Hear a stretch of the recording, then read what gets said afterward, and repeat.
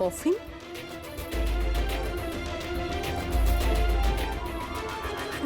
টনির লাশ এখানে?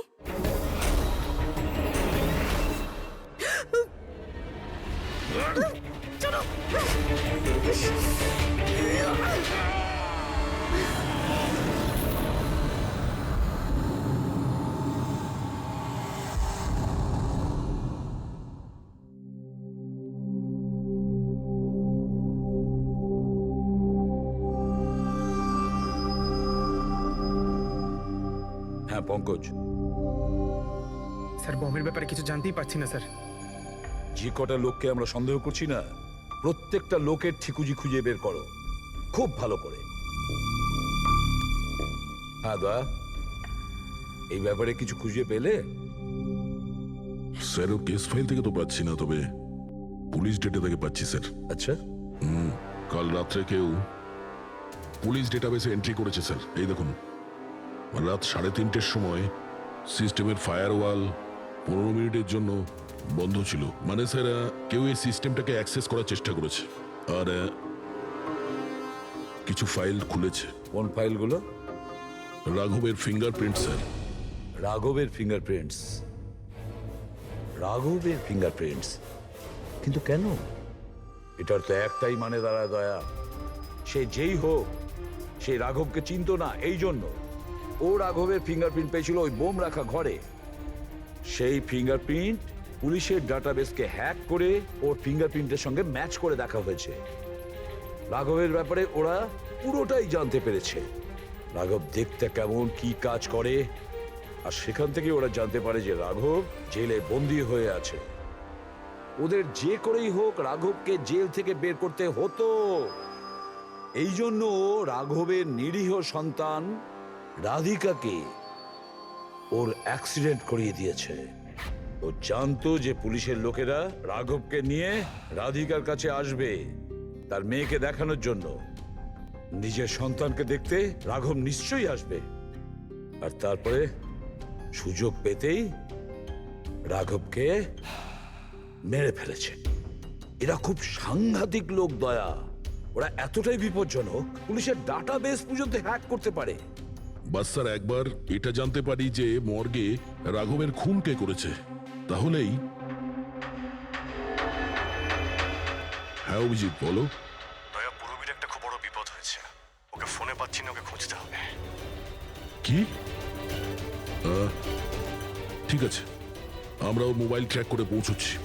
ওকে ওকে ইয়া। কি হলো? পুরবী প্রবলেমে আছে স্যার।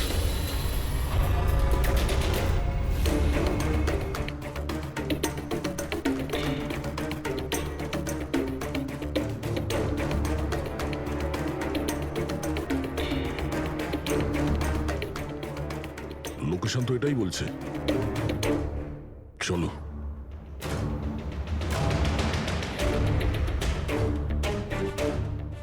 স্যার দরজা তো খোলা। চলো।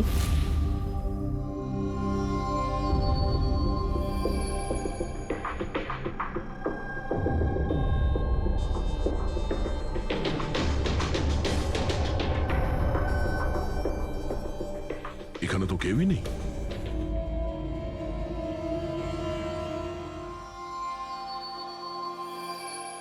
মনে হচ্ছে কেউ আসছে।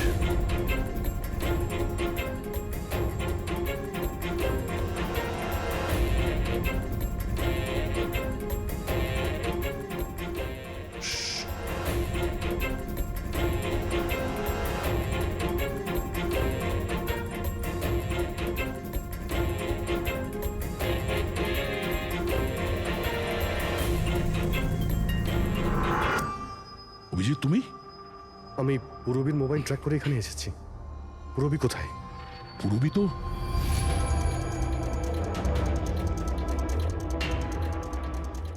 পুরবী? ও নো। পুরবী পুরবী পুরবী পুরবী পুরবী স্যার, ওর গলার দাগটা দেখুন স্যার, মনে হচ্ছে ওর গলা কেউ টিপে দিয়েছে। নার্ভও খুব স্লো আছে। পুরবী পুরবী পুরবী পুরবী পুরবী কি হয়েছে? এসব কে করেছে? হ্যাঁ স্যার ওই টনি। ওই যে টনি স্যার, ও এখনো বেঁচে আছে। এখানেই কোথাও আছে স্যার। পঙ্কজ, দেখো তো কি। ফ্রেডি, তুমি এক্ষুনি পূরবীকে হসপিটালে নিয়ে যাও, বুঝেছো? চলো চলো পূরবী।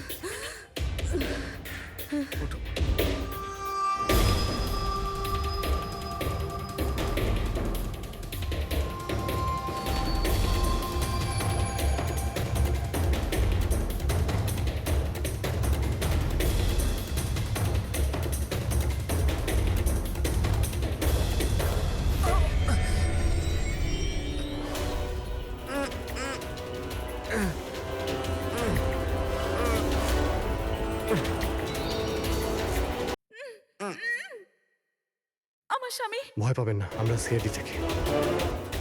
সাবধানে।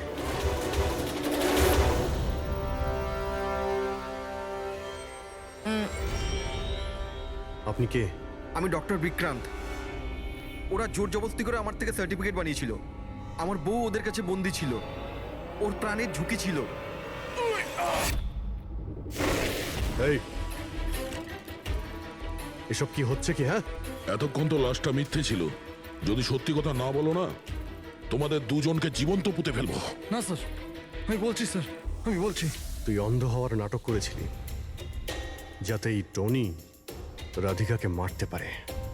বস, পূরবী কেমন আছে? স্টেবল, হসপিটালে অবজারভেশনে আছে। গুড। রাধিকার খুনের রহস্যটা তো বুঝতে পারলাম। এটা বলো যে রাঘবকে কি করে মারলে তোমরা? ওই মর্গে কি করে ঢুকলে তোমরা? আর লাশ হওয়ার অ্যাক্টিং কি করে করলে? হ্যাঁ, অ্যাক্টিং ছিল না দা, ও সত্যিই মরে গেছিল। কি? কি ঠিক বলছি তো? প্রথমে তুমি মরে গেছিলে, তারপর বেঁচে উঠে তুমি রাঘবকে খুন করে দিলে, রাইট? আরে সালুকে কি বলছো সব? মরে গেছে, বেঁচে উঠেছে, আবার বেঁচে উঠছে। আমি ঠিক বলছি বস। পূরবীর গলাটা টেপার সময় এর হাত থেকে কিছু কেমিক্যালস পূরবীর গলায় লেগে যায়। আমি ওগুলো টেস্ট করেছি। ওটা এক ধরনের টক্সিন, যেটা খুবই রেয়ার, দুর্লভ সমুদ্রের মাছের মধ্যে পাওয়া যায়। এই সামুদ্রিক মাছ নিজেদের প্রাণ বাঁচানোর জন্য এই টক্সিনের ব্যবহার করে। কিছুক্ষণের জন্য একে দেখে মনে হবে যে মারা গেছে, কিন্তু আবার বেঁচে ওঠে। এও সেই টক্সিনেরই ব্যবহার করেছে। এও কিছুক্ষণের জন্য মারা গেছিল। আর এই টক্সিনটা এমন অদ্ভুত জিনিস যে কেউ একে ধরতে পারে না। মানুষের হার্টবিট একদম একদম বন্ধ হয়ে যায়। দেখে মনে হয় যেন মানুষটা মরেই গেছে। এই কাজটাই এ করেছে। প্রথমে মারা যায় আর তারপরে বেঁচে উঠে রাঘবকে খুন করে। কে ঠিক বলেছি? Correct sir. তুমি ওদেরকে মারলে কেন? আমি টাকা পেয়েছিলাম স্যার। ইন্টারনেট থেকে কেউ আমাকে হায়ার করেছিল রাঘব আর রাধিকাকে মারার জন্য। বোম কোথায়? বম কোথায় আমি জানি না স্যার। কে হায়ার করেছে তোমাদের? আমি এর আগে কোনোদিন দেখা করিনি স্যার। ও আমাকে একটা বিল্ডিংয়ে রেকি করার কথা বলেছিল, যেটাকে ওড়াতে চাইছিল। কোন building? DT pharma company limited.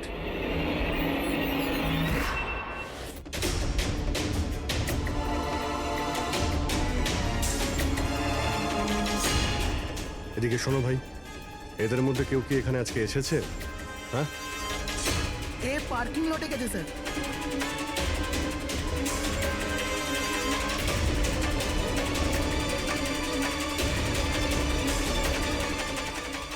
Sir, এই পার্কিং লটটা তো অনেক বড়। বম খুঁজতে তো কয়েক ঘন্টা লেগে যাবে। আর যদি এখানে ব্লাস্ট হয় স্যার, তাহলে অনেক লোক মারা যাবে। কিন্তু এই বোমটা কোথায়? তাড়াতাড়ি খুঁজতে হবে বোমটা। একটা কাজ করো পঙ্কজ, হেড্রিক, তোমরা ওই দিকটা যাও, আমরা এই দিকটা দেখছি। খুব ভালো করে দেখো।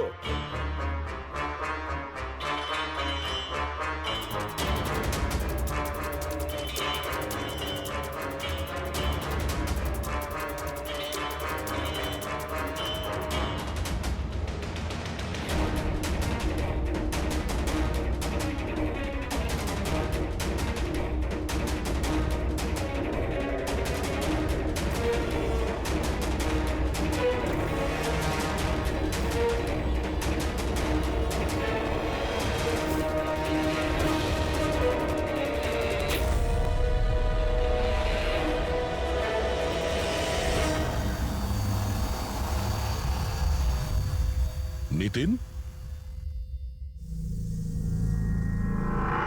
সিআইডি এগোবে না কেউ বলে দিলাম। টিকার টিকার টিপে দেবো আমি, ছাড়বো না আমি কাউকে। পালিও না। চলুন স্যার। ওকে ধরো।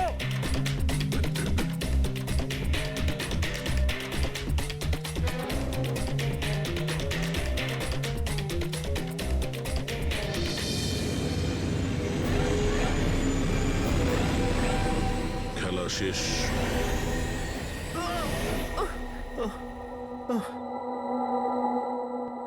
বলো নিতিন, কেন বোম দিয়ে এই বিল্ডিংটাকে উড়িয়ে দিতে চাইছিলে? বিল্ডিং নয়, বিল্ডিং নয়, কোম্পানি এটা।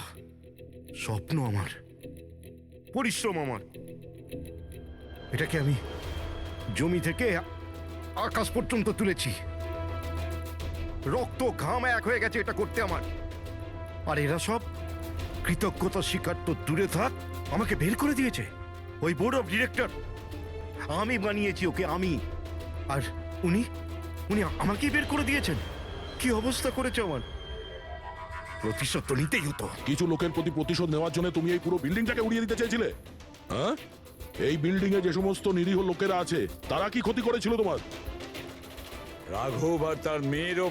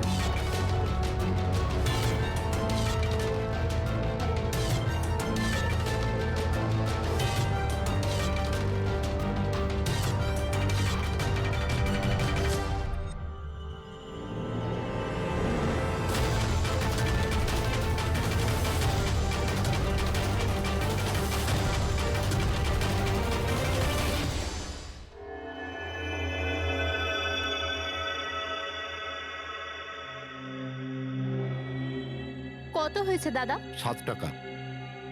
Thank you. খুচরো নেই। কোনো ব্যাপার না, আমি তো আসতেই থাকি। Next time. হ্যাঁ, সে তো জানি। কেউ রাস্তা পার করিয়ে দিন, রাস্তা পার করতে চাই। আসুন, আমি আপনাকে ওপারে পৌঁছে দিচ্ছি। সামলে, হ্যাঁ? ভগবান তোমার ভালো করুক, নয়তো আজকালকার যুগে কে কাকে সাহায্য করে। আর এমন কিছু করে দিইনি আমি। 1 মিনিট, হ্যাঁ?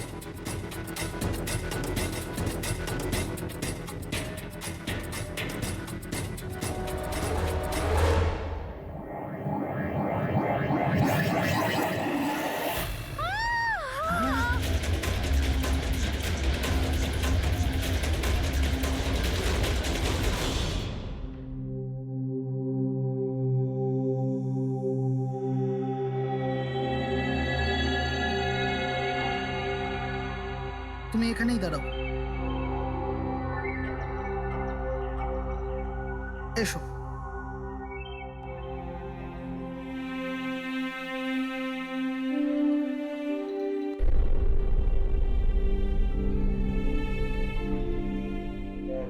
রাধিকা, ওঠো রাধিকা, দেখো তোমার বাবা এসেছে।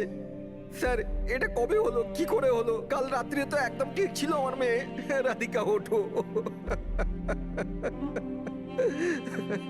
রাধিকা ওঠো বাবা, ওঠো। আমরা বাইরে আছি। রাধিকা, রাধিকা ওঠো, দেখো দেখো আমি এসেছি। রাধিকা ওঠো।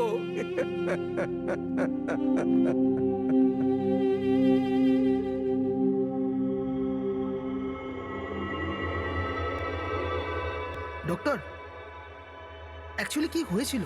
অ্যাক্সিডেন্ট। সকাল সকাল একটা গাড়িতে মেরেছে।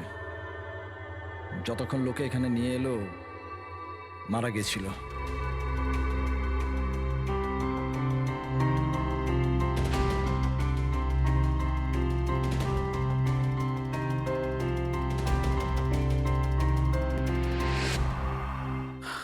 রাঘবকে নিয়ে এসো।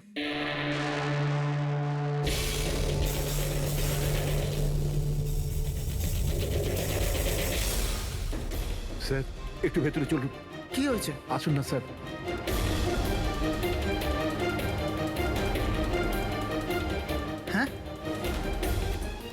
নো ডক্টর,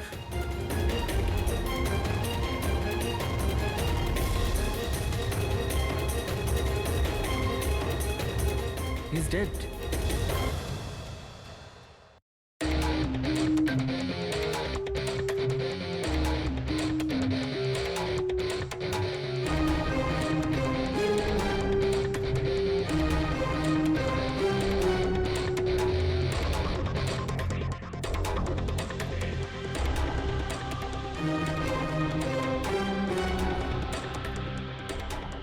ঘাড় খুব বাজেভাবে ভেঙে গেছে স্যার।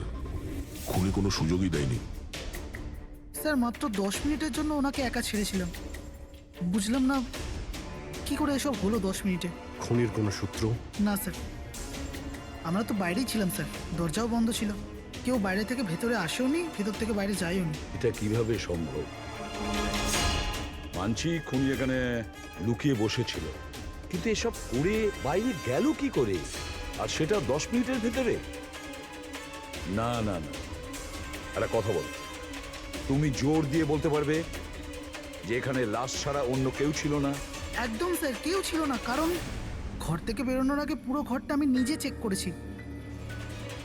কোনো লাশ তো খুন করতে পারে না, তাহলে করলোটা কে?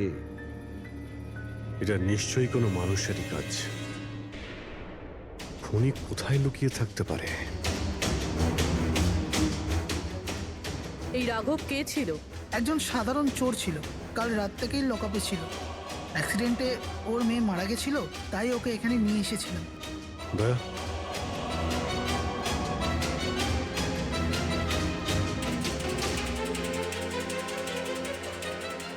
এই যে এখানে তো দরজা আছে। হ্যাঁ, এই দ্বিতীয় দরজার ব্যাপারে আমাদের বলেননি কেন? ইন্সপেক্টর স্যার, এই দরজাটা তো বরাবরই বন্ধ থাকে, না এটা কখনো খোলা হয় না এটা ব্যবহার করা হয়। ইনফ্যাক্ট আমরা তো এর ব্যাপারে ভুলেই গেছিলাম। তোমরা ভুলে যেতে পারো, কিন্তু খুনি খুব ভালো করেই দরজার ব্যাপারে জানতো। চলো এগিয়ে দেখি কত দূর যাওয়া যায়।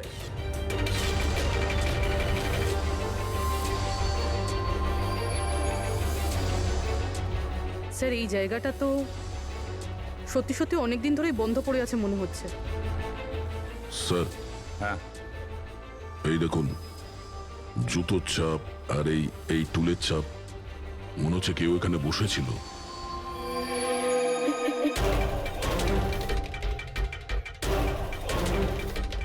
স্যার, হ্যাঁ, স্যার এইদিকে যাওয়ার একটা রাস্তা আছে।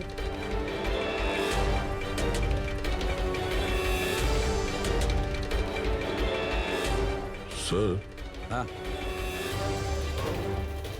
স্যার এখানে সিমেন্টের প্লাস্টারের কাজ চলছে। হ্যাঁ, এই সিমেন্টটা ভিজে রয়েছে, এখানে কোনো চিহ্ন না রেখে কেউ যেতেই পারবে না স্যার। আর এত বড় লাভ কেউ দিতেও পারবে না। সেটাই তো। স্যার এরকমও তো হতে পারে যে খুনি অন্য কোনো রাস্তা ব্যবহার করেছে। হ্যাঁ, কিন্তু সেটা কোথায়?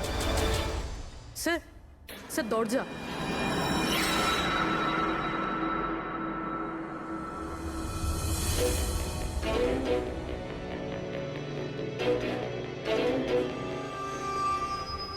সামনেই সিকিউরিটি কেবিন, এখান থেকে তো বেরোনো অসম্ভব। সেটাই তো। তাহলে যেতে পারে কোথা দিয়ে?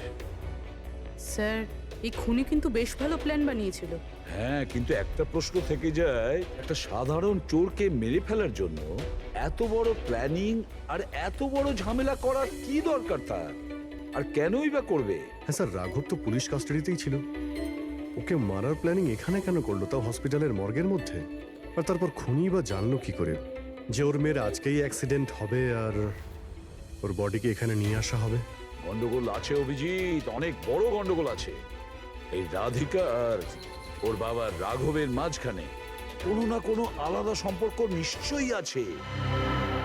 তা একটা কাজ করো, রাধিকার অ্যাক্সিডেন্ট আর ওর বাবা রাঘবের খুন, এই দুটো কাজ করার মধ্যে কিসের যোগাযোগ আছে খোঁজ নাও। স্যার, আর অভিজিৎ, দেখো তো একটু এই হসপিটাল চত্বর ঘুরে যে খুনি এখান থেকে গেল কিভাবে আর কোন রাস্তা দিয়ে।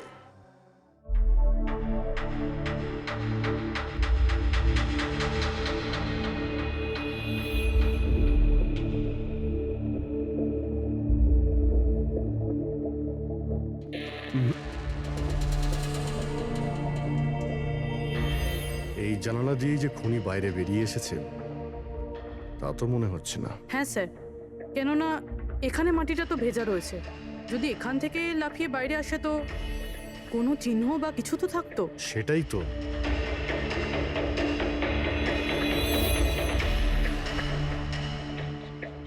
ওখানে মর্গের রুমের বাইরে সিমেন্ট ভিজে, ওখানে কোনো চিহ্ন নেই। এখানে একটাই রাস্তা আছে যেটা দিয়ে বাইরে আসা যায়। এখান থেকেও আসেনি মানে গেল কোথা দিয়ে? কিন্তু স্যার, একটা জল জ্যান্ত মানুষ এইভাবে হাওয়াতে উড়ে তো যেতে পারে না। কারেক্ট। জলজান্ত মানুষ না হতে পারে পুরবী, কিন্তু মৃত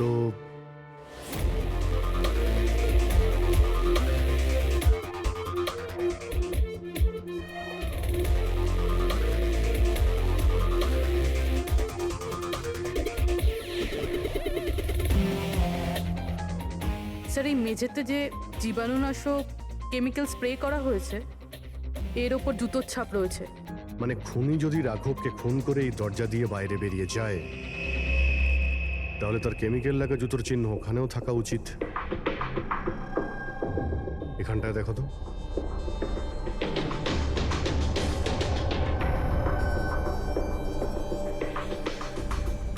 স্যার, এখানে জুতোর ছাপ তো আছে, কিন্তু আমাদের জুতোর ছাপ রয়েছে। এই যে প্লাস্টিক কভার্স আমরা পরে আছি, এগুলো ছাড়া আর কোনো চিহ্ন নেই। আর কোনো চিহ্ন নেই? না। আচ্ছা, আমি যেরকম ভেবেছিলাম তেমনটাই হয়েছে। স্যার, আপনি কি বলতে চাইছেন? মানে হলো খুনি এই দরজা দিয়ে বাইরে যায়নি। স্যার, খুনি এই দরজা থেকে বাইরে যায়নি, মেইন ডোর থেকে বাইরে যায়নি, তাহলে বাইরে গেল কিভাবে? খুনি এই রুম থেকে বাইরেই যায়নি। এটা কি করে সম্ভব স্যার? রাঘবের মৃত্যুর পর এই রুমটা তো আমি নিজে চেক করেছি। যদি রাঘব ছাড়া এই রুমে আর কেউ ছিল তাহলে এই 8টা লাশ। Exactly my point. এখানে 8টা লাশ ছিল, 8টা। স্যার, আপনি কি বলতে চাইছেন? রাঘবের খুন কোনো লাশ করেছে? হতে পারে। এই 8টা লাশের মধ্যে এখানে শুধু 5টা রয়েছে। 3টে লাশ তাদের পরিবারের লোকেরা নিয়ে গেছে। হ্যাঁ স্যার। যে লাশগুলো এখান থেকে গেছে তার ডিটেলস আমার এখনই চাই, এখনই। স্যার, আমার মনে হচ্ছে এই খুনির রহস্য এই 3টে লাশের মধ্যে লুকিয়ে আছে।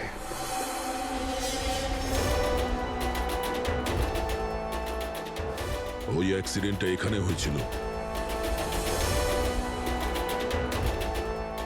ওই চায়ের দোকানদারকে জিজ্ঞাসা করি, হতে পারে কিছু দেখেছে। আচ্ছা দাদা, আজ সকালবেলায় এখানে একটা অ্যাক্সিডেন্ট হয়েছিল, কিছু বলতে পারেন সেটার সম্বন্ধে? সাহেব, উনি এখানে পাশেই কাজ করতেন।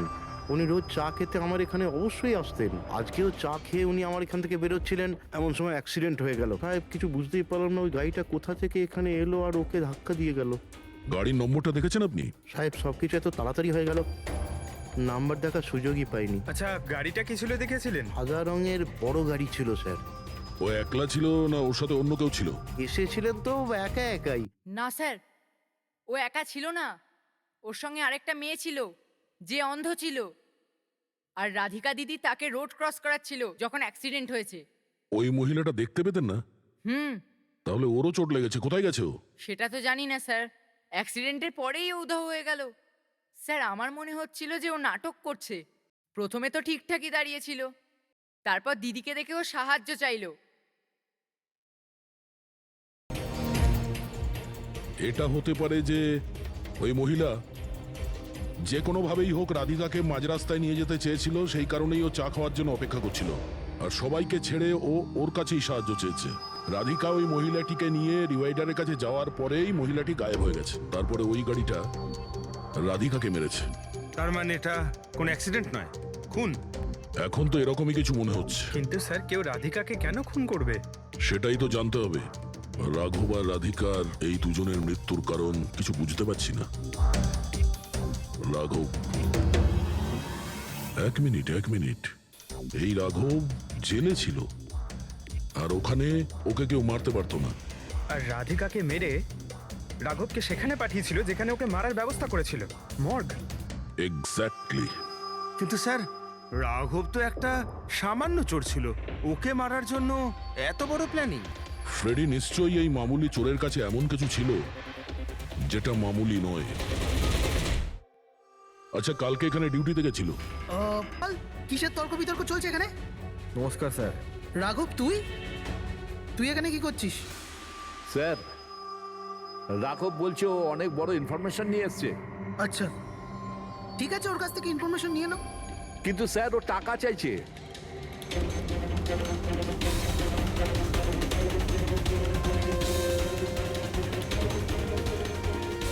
পুলিশের কাছে টাকার গল্প করছিস? টাকা চাই? খবরটা কিছু এরকম। ঠিক আছে, টাকা দিয়ে নিয়ে নাও ইনফরমেশন। কিন্তু স্যার, ও অনেক টাকা চাইছে। পরিমাণটা শুনলে আপনিও চমকে যাবেন।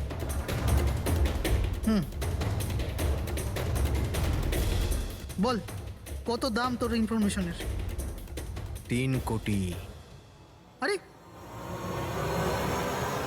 3 কোটি? এমন কি ইনফরমেশন ছিল ওর কাছে যে এত টাকা চাইছিল?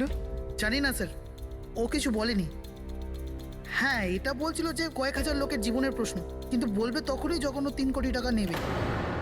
স্যার, কালকে রাতে তো ওকে আমি লকআপে রেখে দিয়েছিলাম। ভেবেছিলাম যে সকাল হলেই ওকে আমি আমার মতো করে জিজ্ঞেস করব। ঠিক তখনই ওর মেয়ের ব্যাপারে আমরা জানতে পারলাম, আর আমরা ওকে নিয়ে মর্গে চলে গেলাম। স্যার, এমন কি রহস্য ছিল ওর কাছে যার উপরে হাজার হাজার মানুষের প্রাণ নির্ভর করছিল, আর যার জন্য ওর নিজের এবং ওর মেয়ের প্রাণটাও গেল? আগে তো আমাদের এটা জানতে হবে যে এই রাঘব কালকে কোথায় কোথায় গেছিল আর কার কার সঙ্গে দেখা করেছিল, আর সারা দিন ও কি করেছিল। স্যার, দিনের কথা তো জানি না, কিন্তু রাতে ওর রোজকার মতো নেশাতেই ছিল। আমরা ওর ফাইলটা চাই। হ্যাঁ স্যার। এই লোকটা এখানে আসে দেখেছেন? হ্যাঁ আছে স্যার, আপনি ম্যানেজারকে জিজ্ঞেস করুন। ম্যানেজার কোথায়? ওপরে।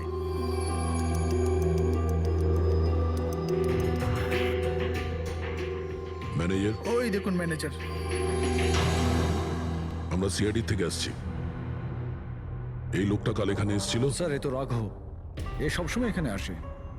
এই লোকটা কাল রাতে এখানে এসেছিল কিনা? হ্যাঁ স্যার, কাল রাতে এসেছিল, আর কাল মোটামুটি 11টা অব্দি এখানেই ছিল। ওর ব্যবহার কেমন ছিল? সবসময়ের মতো চিন্তায় ছিল। চিন্তিত ছিল? কিছু বলেছিল? কি কারণে চিন্তিত ছিল? জুয়া খেলে খেলে একেবারে ধারে ডুবেছিল। স্যার, আমাদের এখানেও প্রায় 5,000 টাকা ধার নিয়েছে। কালই বলেছিলাম ওকে, যদি পুরনো টাকা না দাও তাহলে এখানে কোনো খাওয়া দাওয়া পাওয়া যাবে না। তখন ও কি বললো? বলেছিল মিটিয়ে দেবে। কিছু নতুন কাজ করতে যাচ্ছিল। নতুন কাজ? কি কাজ? সেটা বলেনি স্যার। ঠিক আছে, থ্যাংক ইউ। স্যার, এই রাঘব এমন কি কাজ করতে যাচ্ছিল যে ওর সব ঋণ শোধ হয়ে যেত?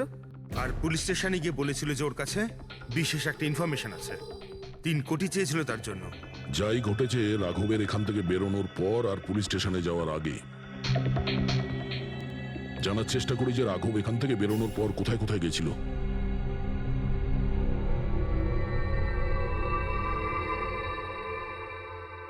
আচ্ছা, কালকে এই লোকটাকে আশেপাশে কোথাও দেখেছিলে?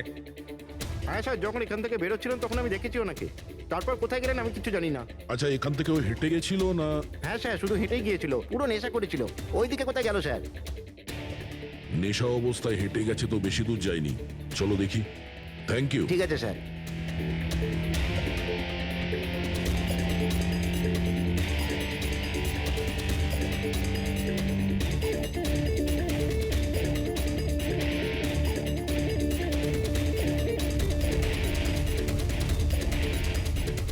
দেখেছো একে? হ্যাঁ স্যার, দেখেছি। একটু এগিয়ে যে গলিটা আছে না, ওখানেই যাওয়া আসা করে।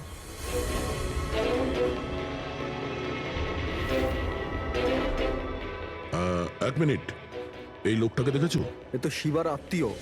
কাল রাতে জোরে জোরে দরজা ধাক্কা দিচ্ছিল আর শিবা শিবা করে চেঁচাচ্ছিল, পুরো পাড়াকে জাগিয়ে দিল স্যার। এই শিবা থাকে কোথায়? স্যার, 3-4টে বাড়ি পর বাঁদিকে সবুজ রঙের একটা দেওয়াল আছে, ওটাই ওর বাড়ি।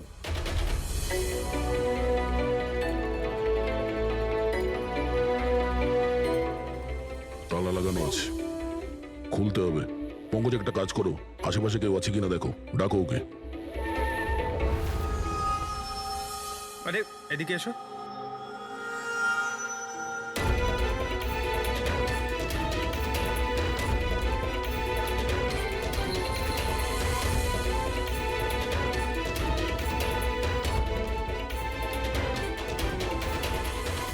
মনে হচ্ছে ঘর খালি করে ও পালিয়ে গেছে এখান থেকে। কোথায় ও? শিবা কোথায়? হ্যাঁ, স্যার ওর তো কোনো খোঁজ খবর থাকে না, যে কোনো সময় আসে যে কোনো সময় যায়। আচ্ছা, কোনো আইডিয়া আছে কোথায় পাবো ওকে? স্যার ওই বস্তির পেছনে ওর ওর আত্মীয়র বাড়ি আছে, ওখানে পাওয়া যেতে পারে, ওখানেও যায় আসে।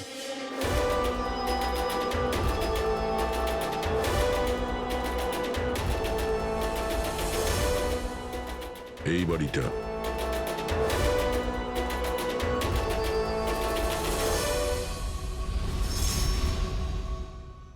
আপনি শিবার আত্মীয়? হ্যাঁ স্যার, আপনারা? এই শিবা এখানে আসা যাওয়া করে কি? হ্যাঁ স্যার, কখনো কখনো। মাঝে মাঝে। আজ আসতে পারে? বলতে পারবো না স্যার। বলতে পারবেন না? Thank you very much. এই করণের লাশ তো অরিজিনাল ছিল। এখন বাকি দুজন, টনি আর সুনীল। এবার এদের মধ্যেই কোনো একজন আছে যে ডাবল মার্ডারের রহস্য ভেদ করতে পারে। কোথায় পালাচ্ছিস? এই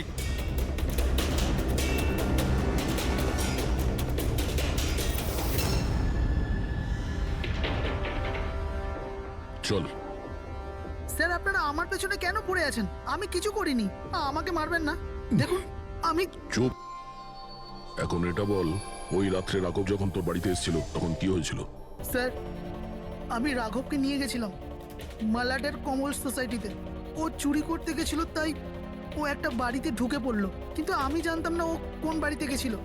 আমি ওখানেই মোটরসাইকেলে ওর জন্য ওয়েট করছিলাম। কিছুক্ষণ পর ও যখন এলো তো ও অবাক হয়েছিল, বলছিল যে ভেতরে ও কিছু পেয়েছে। কি পেয়েছিল? ও ওখানে বোম।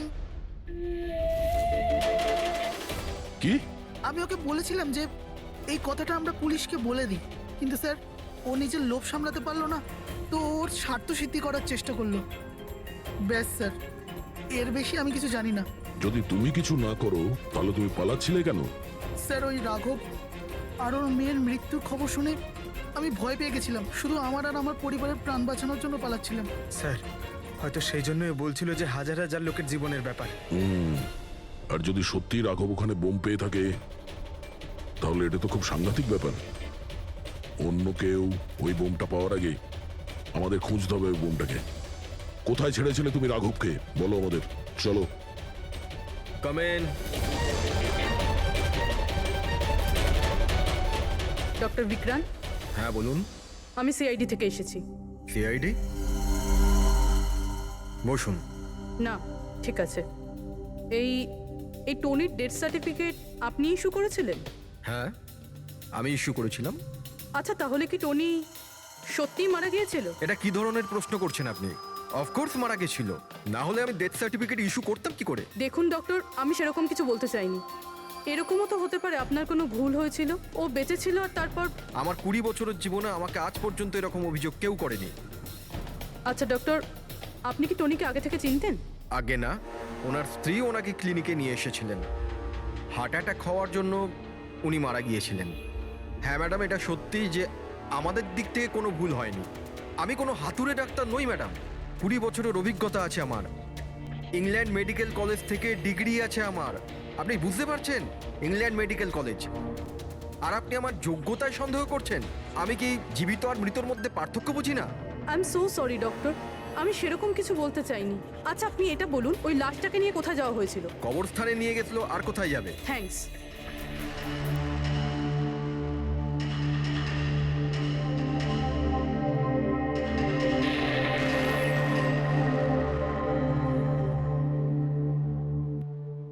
হ্যাঁ পূরবী, কি জানতে পারলে? স্যার এই ডক্টর বিক্রান্ত যে টনির ডেথ সার্টিফিকেট ইস্যু করেছিল, এ কেমন অদ্ভুতভাবে কথা বলছিল। বলছিল যে সে তার ডিগ্রি ইংল্যান্ড মেডিকেল কলেজ থেকে পেয়েছে। England medical college? হ্যাঁ স্যার।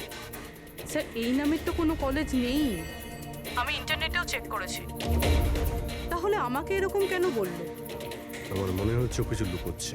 স্যার আমারও তাই মনে হয়। আমি একটা কাজ করছি, আমি খোঁজ নিচ্ছি। দেখো, এই কেসটা কিন্তু খুব বিপজ্জনক, বুঝেছো?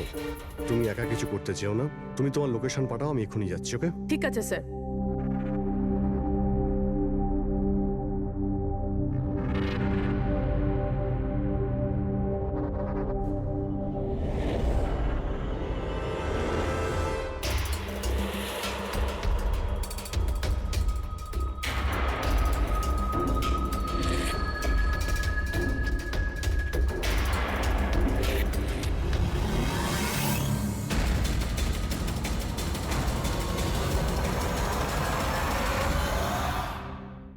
শিবা বলল যে ও রাঘবকে এখানেই ছেড়েছিল।